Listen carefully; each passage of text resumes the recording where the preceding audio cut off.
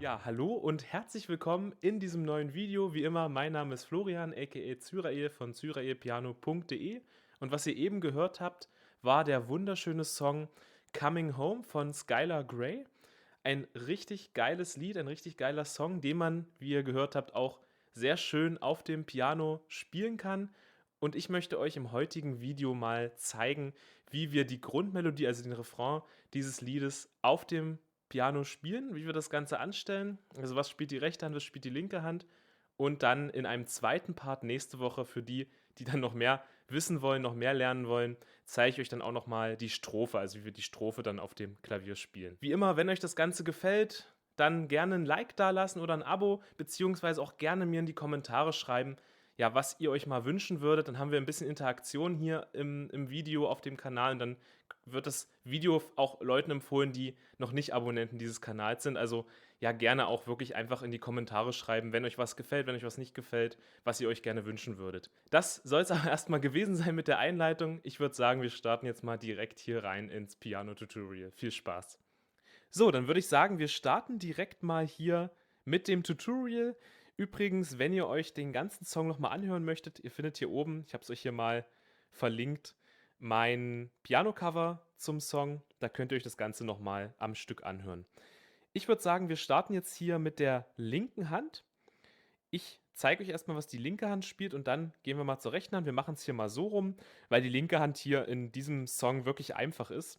Wir brauchen nämlich letztendlich nur 4 Akkorde und das sind einmal hier A-Dur in der zweiten Umkehrung, dann E-Dur im Grundakkord, dann haben wir Cis-Moll in der ersten Umkehrung und dann hier noch Gis-Moll ist das, genau. Und das sind schon die 4 Akkorde, die wir hier hauptsächlich brauchen. Ganz zum Schluss vom Refrain spielen wir hier noch H-Dur. Ja, das ist der 5. Akkord. Aber letztendlich spielen wir den nur einmal. Wir brauchen hauptsächlich diese 4 Akkorde. Ja, und das ist das Erste, was wir schon mal üben können. Einfach diese Akkorde mal so anzuschlagen. Auch in dem Griff, wie ich das hier mache. Ja, ich würde hier den Zeigefinger, den kleinen Finger und den Daumen nehmen. Also wir fangen an mit A-Dur. Ja, das ist E, A und Cis. A-Dur. Das einfach mal so anschlagen. Ja. Schön gleichmäßig. Wie gesagt, ich würde den Griff hierfür empfehlen. Du kannst auch den Mittelfinger nehmen. Da musst du dich hier mit dem kleinen Finger ein bisschen mehr strecken. Ich mache es gerne hier mit dem Zeigefinger. Dann springen wir als nächstes, zack, zu E-Dur. Da kann man den Mittelfinger dann ruhig nehmen. Ne? Deswegen sage ich, würde ich auch den Zeigefinger hier an der Stelle nehmen. Dann können wir hier, zack, diesen Sprung machen. Ne? Der kleine Finger bleibt liegen. Das ist echt praktisch. Der kleine Finger muss sich gar nicht bewegen. Der bleibt auf dem E liegen und wir spielen E-Dur. Das heißt, der Daumen, zack, springt jetzt hier zum H, ne, und der Zeigefinger wechselt mit dem Mittelfinger, der kann genauso in der Position bleiben, der geht hier auf das G. Das ist der zweite Akkord, okay? Das kann man auch mal üben, hier diesen Sprung.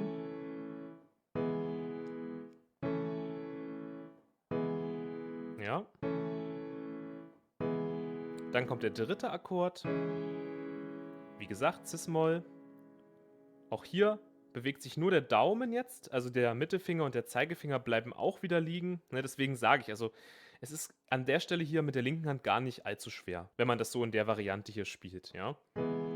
Also, ne, wir springen einfach nur mit dem Daumen hier hoch. Die beiden anderen Finger bleiben liegen. Und der letzte Akkord, Gis-Moll. Und hier bewegen sich wieder Daumen und Zeigefinger, der Mittelfinger bleibt die ganze Zeit liegen. Ja, also wir springen jetzt von dem Cis hier wieder auf das H und mit dem kleinen Finger gehen wir hier auf das Dis. Ja. Okay. Auch das kann man wieder üben, hier diesen Sprung. Aber das Schöne hierbei ist, wir müssen die linke Hand wirklich nicht groß bewegen, also es sind nur minimale Bewegungen, die wir hier machen. Einfach diese Übergänge mal üben und dann mal alle 4 Akkorde, ja. A-Dur, E-Dur, Cis-Moll, Gis-Moll.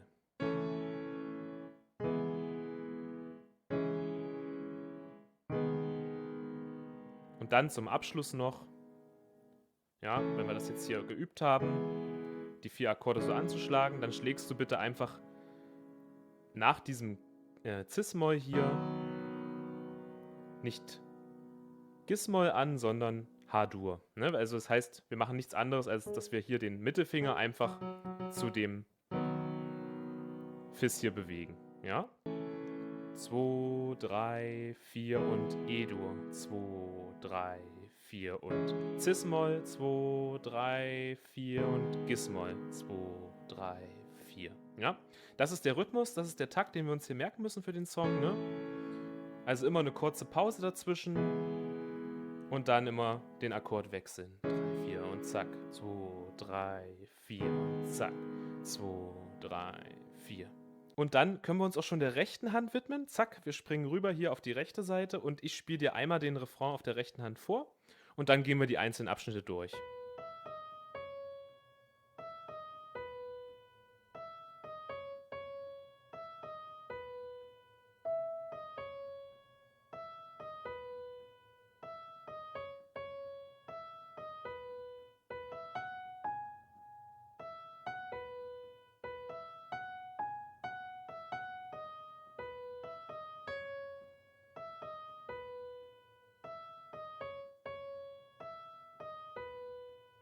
Das spielt hier die rechte Hand. Wir starten immer hier auf dem H.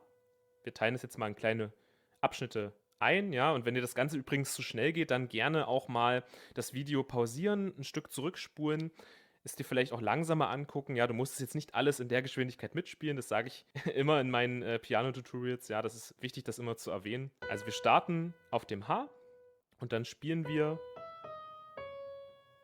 das ist der erste Abschnitt, ja, erstmal hier vom H zum E und dann rückwärts, ne? E, S, Des. Ja? Warum spielen wir übrigens diese Töne? Wir befinden uns in E-Dur. Ja, also das ganze Stück ist in E-Dur. Das heißt, wir haben hier, das ist die E-Dur-Tonleiter, nur diese 7 Töne hier. Und die brauchen wir hier im ganzen Stück. Ne, wir spielen im ganzen Stück hier nur diese 7 Töne. Kannst du dir mal merken, ja? Das heißt, sowas wie C oder D haben wir hier gar nicht, weil das ja die E-Dur-Tonleiter ist. Okay. Aber jetzt nochmal zum Abschnitt. Denke, nicht allzu schwer, ne? H, E, S, Des. Und dann geht es weiter mit dem zweiten Part, also mit dem zweiten kleinen Abschnitt. Wir springen hier wieder zum E und dann S und dann wieder aufs H. Dann geht es weiter. Nächster Abschnitt, also wir springen wieder hier, ja, also wir hatten jetzt den hier. Und jetzt springen wir wieder, also es ist eigentlich immer, sind immer dieselben 4 Töne, die sich hier erstmal wiederholen. Ja, wir springen wieder hier zum E. Aber jetzt schlagen wir hier zweimal das Cis bzw. Des an, das ist ja derselbe Ton hier. Enharmonische Verwechslung, also wieder E, S, Des, zweimal das Des und dann wieder E, S und das H. Ja. Dann wiederhole ich nochmal bis hierhin, ja, also erster Abschnitt. Und zweiter Abschnitt. Dann geht es weiter, wieder hier auf dem E.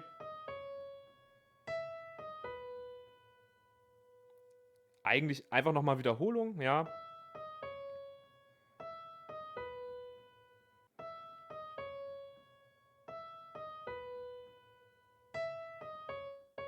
Dann geht's weiter.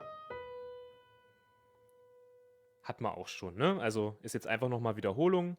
Wieder E, S und dann zweimal das Des und E, S, H. Das Ganze wiederholt sich zweimal.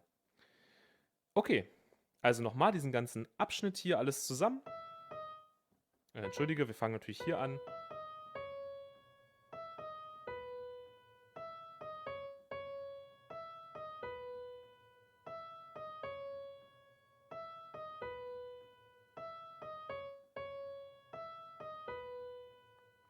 Bis dahin. Und dann geht's weiter. Also, jetzt wird es ein bisschen kniffliger. Jetzt gehen wir nämlich hier die Tonleiter ein bisschen weiter hoch.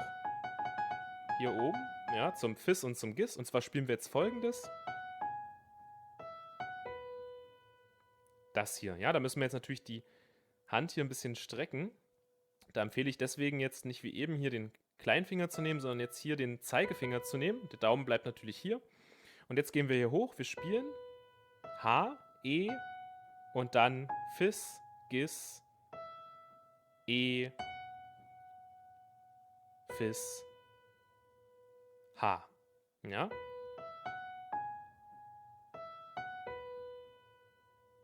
So. Ja, nimm hier ruhig den Mittelfinger und den Ringfinger hier für diese beiden. Ja, dann haben wir hier genug Platz. Und das ist hier der Abschnitt. Erstmal üben, wiederholen, bis du es soweit kannst. Dann geht's weiter.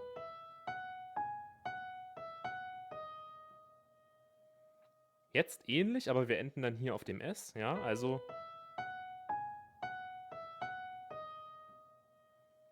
das ist die Melodie.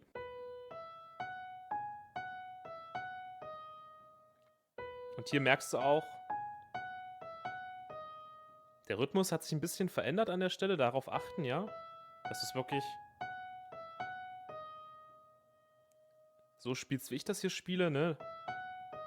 Das hier geht ziemlich schnell, der Wechsel, ja.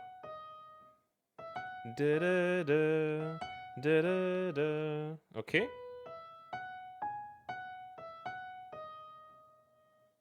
Und hier, in dem Moment, wo ich an der Stelle hier mit dem Mittelfinger auf dem Fis lande, ist der Zeigefinger schon so frei, dass er sich hierhin bewegen kann, ne? Also wir springen ja quasi so hier, ja? Kleine Fingerübung an der Stelle, ne? Kannst du gerne mal trainieren, aber darf man natürlich nicht vergessen, also dass man den Zeigefinger hier hochnimmt, ne? Nicht, dass man hier sich irgendwie verhaspelt. Ja, und dann geht's weiter wie gehabt.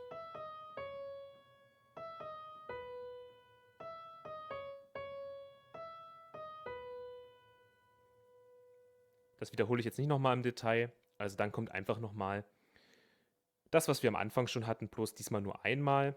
Und ganz wichtig, du kannst hier auch ein bisschen langsamer werden. Ne? Du kannst generell auch ein bisschen Gefühl reinbringen. Nicht das einfach nur so stupide spielen, sondern du kannst die Tasten auf der rechten Hand lauter, leiser anschlagen. Also indem du sie stärker oder weniger stark anschlägst und kannst dann hier zum Beispiel zum Ende hin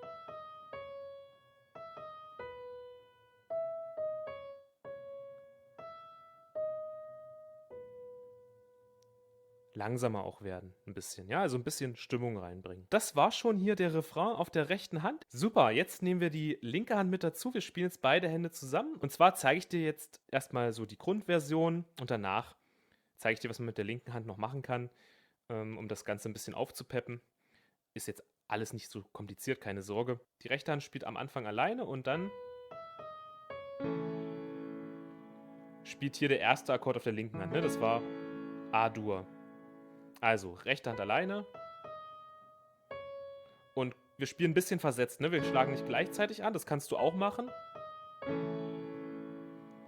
Klingt aber, finde ich, nicht ganz so schön. Ich spiele es versetzt. Das heißt, in dem Moment, wo wir hier das Cis anschlagen, macht sich die linke Hand schon bereit. Kurz nachdem wir das Cis anschlagen, spielt die linke Hand den ersten Akkord, ja?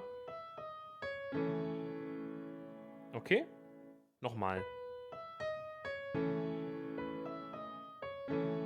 Das kann man erstmal üben. Ja?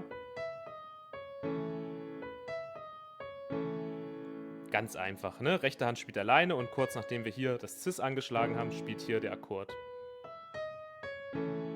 Das ist so ein Echo-Effekt, ja? Als würde jetzt hier die linke Hand das Echo der rechten Hand spielen, ja?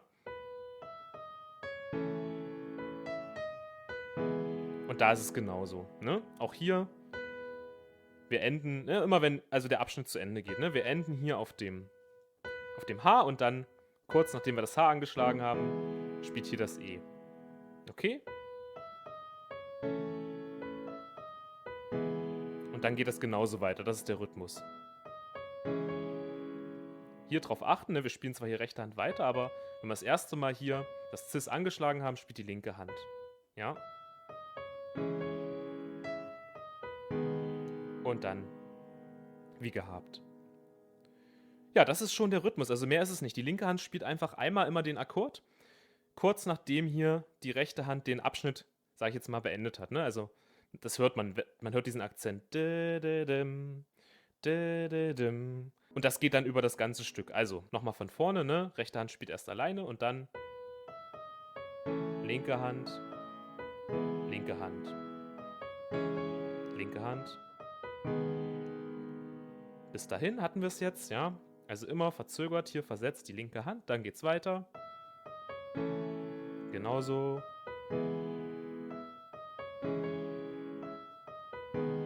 Dann geht's weiter. Auch hier wieder, ja, wenn wir das Gis angeschlagen haben hier oben, spielt die linke Hand. Und auch hier wieder. Ja, dann geht's weiter.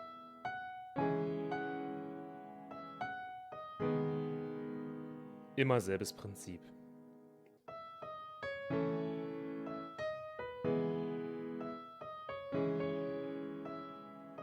Und jetzt Obacht, kleine Änderung. Hier endet ja jetzt der Refrain und wenn wir mit dem Refrain enden, dann schlagen wir hier das Fis an. Auch hier wieder versetzt, aber wir spielen also jetzt hier H-Dur, ja? Ja, also das spielen beide Hände zusammen. Und jetzt zeige ich dir noch eine kleine Variante. Und zwar können wir auch die linke Hand hier zweimal anschlagen. Das klingt natürlich noch ein bisschen schöner. Ja, und zwar, dass wir nicht so anschlagen, sondern in diesem Rhythmus, ja. Ich nehme jetzt gerade das Haltepedal mit dazu. Ja. So nämlich.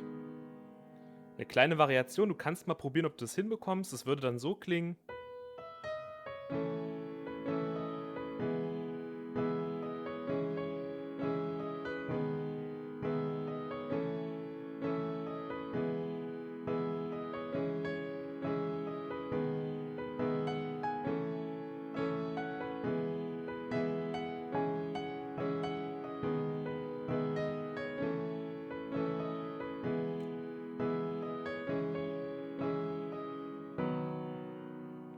Okay, also einfach, wo du sonst diese Pause machst, ja, jetzt hier also noch ein zweites Mal den Akkord anschlagen.